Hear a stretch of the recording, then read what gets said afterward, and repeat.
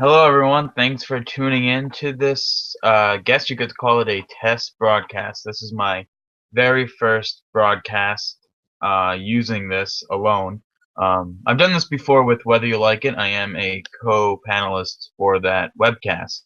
Um, if you don't know me, my name is Zach Jacomowitz. I'm a freshman at SUNY Oswego, majoring in meteorology. Um, I've been on Twitter for a bunch of years, putting out weather information that I hope you all enjoy. I'm also the lead forecaster for the Foots Forecast page for the Metro New York, as well as the Northeast Winter Stormcast Foots Forecast page.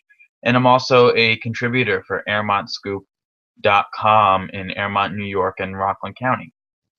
Um, so I just kind of want to discuss the nor'easter this weekend, this Saturday, January 24th. I apologize. I really don't have any or many graphics at all to show you. I guess this is kind of just me talking about it. I do have my snowfall map that I made earlier today. I'll share that in just a couple of minutes. So let's start talking about this weekend. So far this winter, we really have not seen a whole lot of snow.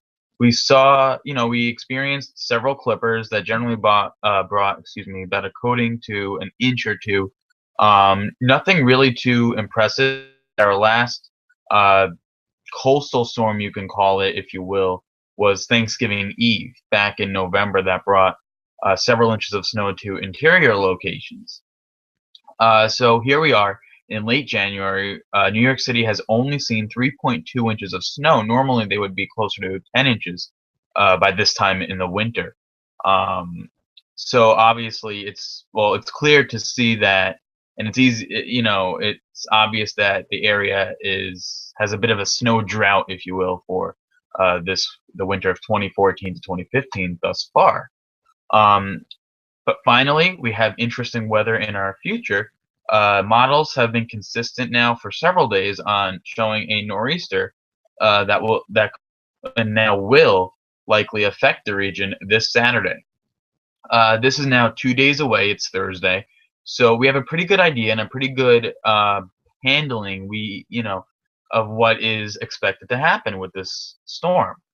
Now, this is not going to be your classic wintertime nor'easter that brings widespread snow to much of the region. This is going to bring snow to mainly interior locations, but don't let that fool you. I'm not saying that it's not going to snow on the coast. I think it will, and I think some snow accumulation is likely even on places like the Jersey Shore and Long Island, just probably not as much as interior locations. Now, this storm won't be a blockbuster by any means. I'm not expecting 6 to 12 inches of snow for the New York City area or over a foot. I'm expecting the possibility for several inches of snow inland. Now, this is going to be a fast-moving nor'easter. We don't have high latitude blocking up near Greenland. We don't have a negative NAO right now.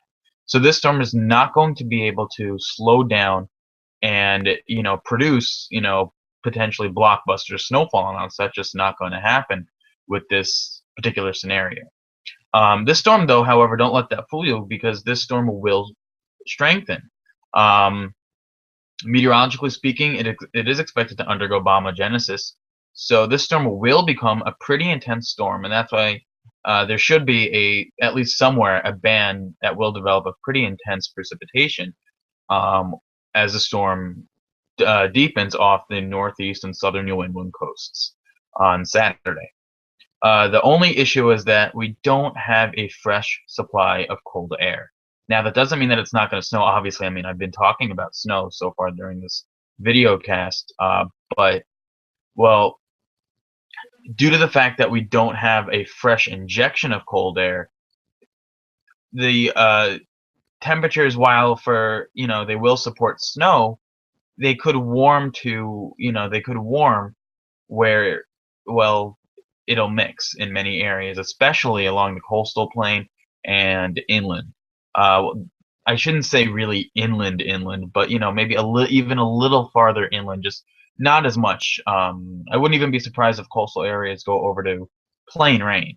And again, this is because of the lack of high pressure to the north, for example, in southern Quebec, where we would like to see one that would allow an an injection of cold air. But don't let that fool you. There will be snow, there will be frozen precipitation, a wintry mix is possible for a time in certain areas, and my snowfall map I will take that into account.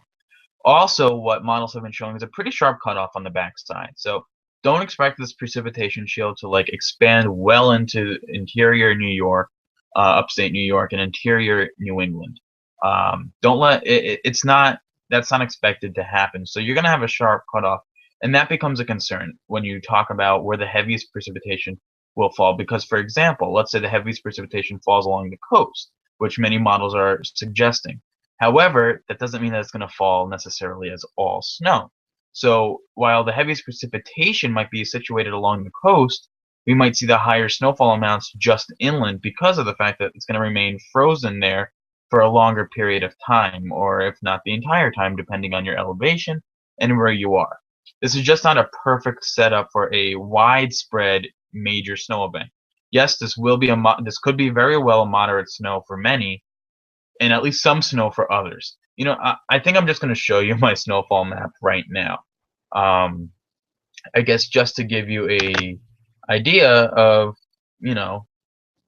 of what I'm expecting. So here is my okay. Here is my snowfall map. I will make it bigger. Okay. Here we go. So this is the map I made earlier today. I will tweak this if necessary. You can see how, for the most part, I have generally, now you can see how it's not really a crazy amount of snow by any means. We have I put 1 to 3 inches along the coastal plain. This includes New York City, Long Island, the immediate south coast of Connecticut, especially southeastern Connecticut, and much of more places inland from the coast. I put them in the 2 to 5 inches. Now, there could be areas that will be stuck around the 2 to 3 inch mark, and there will be areas that will probably end up near 5 inches. Of course, the most likely areas for those will be up here in, for example, northwestern Connecticut and Litchfield County into Massachusetts. But again, the concern is, where does that cutoff in the precipitation really set up? Is it back here, or is it like right around here in the Hudson Valley, northwest New Jersey, northwest Connecticut? So that's going to be something that really has to be nowcast, and that's the only reason why is the dry air and the precipitation shield cutting off is the reason why I go back to smaller amounts farther inland, and eventually very little accumulation expected.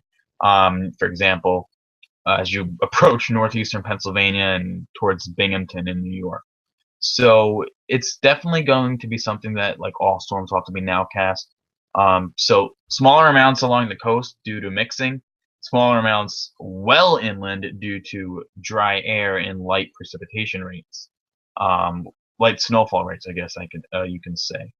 Now, as with every single snowfall map that I put out, I always tell my followers on Twitter to look at the smallest number on the range. So here you have a coding, 1 inch, 2 inches, 1 inch. Those numbers is what I am expecting. The maximum number in the range, the high-end number in this range, like for example the 2 inches, 3 inches, 5 inches, and 3 inches here, that is what I feel is the maximum potential. Of course, could there be a locally higher amount within those range? Of course, but this is of course a generalized region. Sorry for saying of course a lot. I'm not sure why I do that.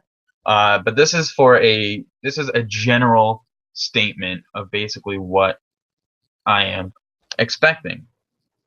So, do I think that the coast sees snow? Yes. Do I think that there's a big mixing concern for the coast? And, I do. Now, the question is, where exactly, where does the mixing line set up? Does the mixing line kind of, go like this? In which case these areas might see closer to maybe 2 and 3 inches. Or does the mixing line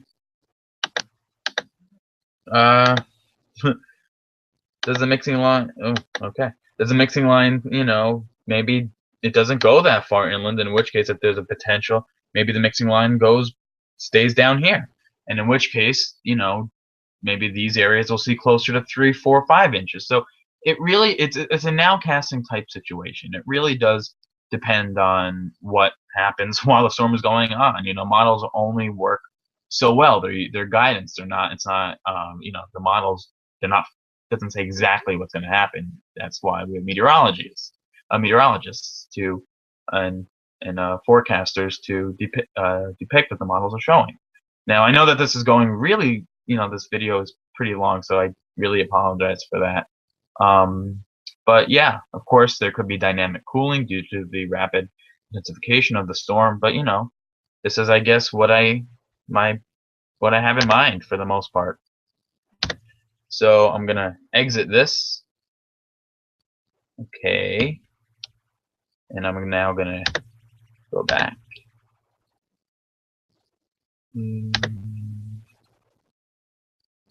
Here we go. Okay. I guess that's pretty much it.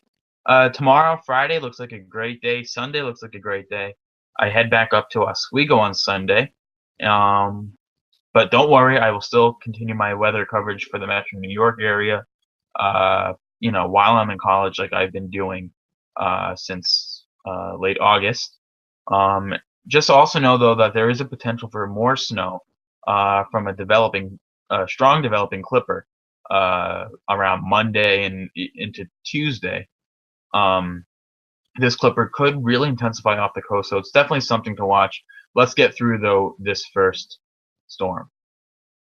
So that's about it. Thank you, of course, for watching.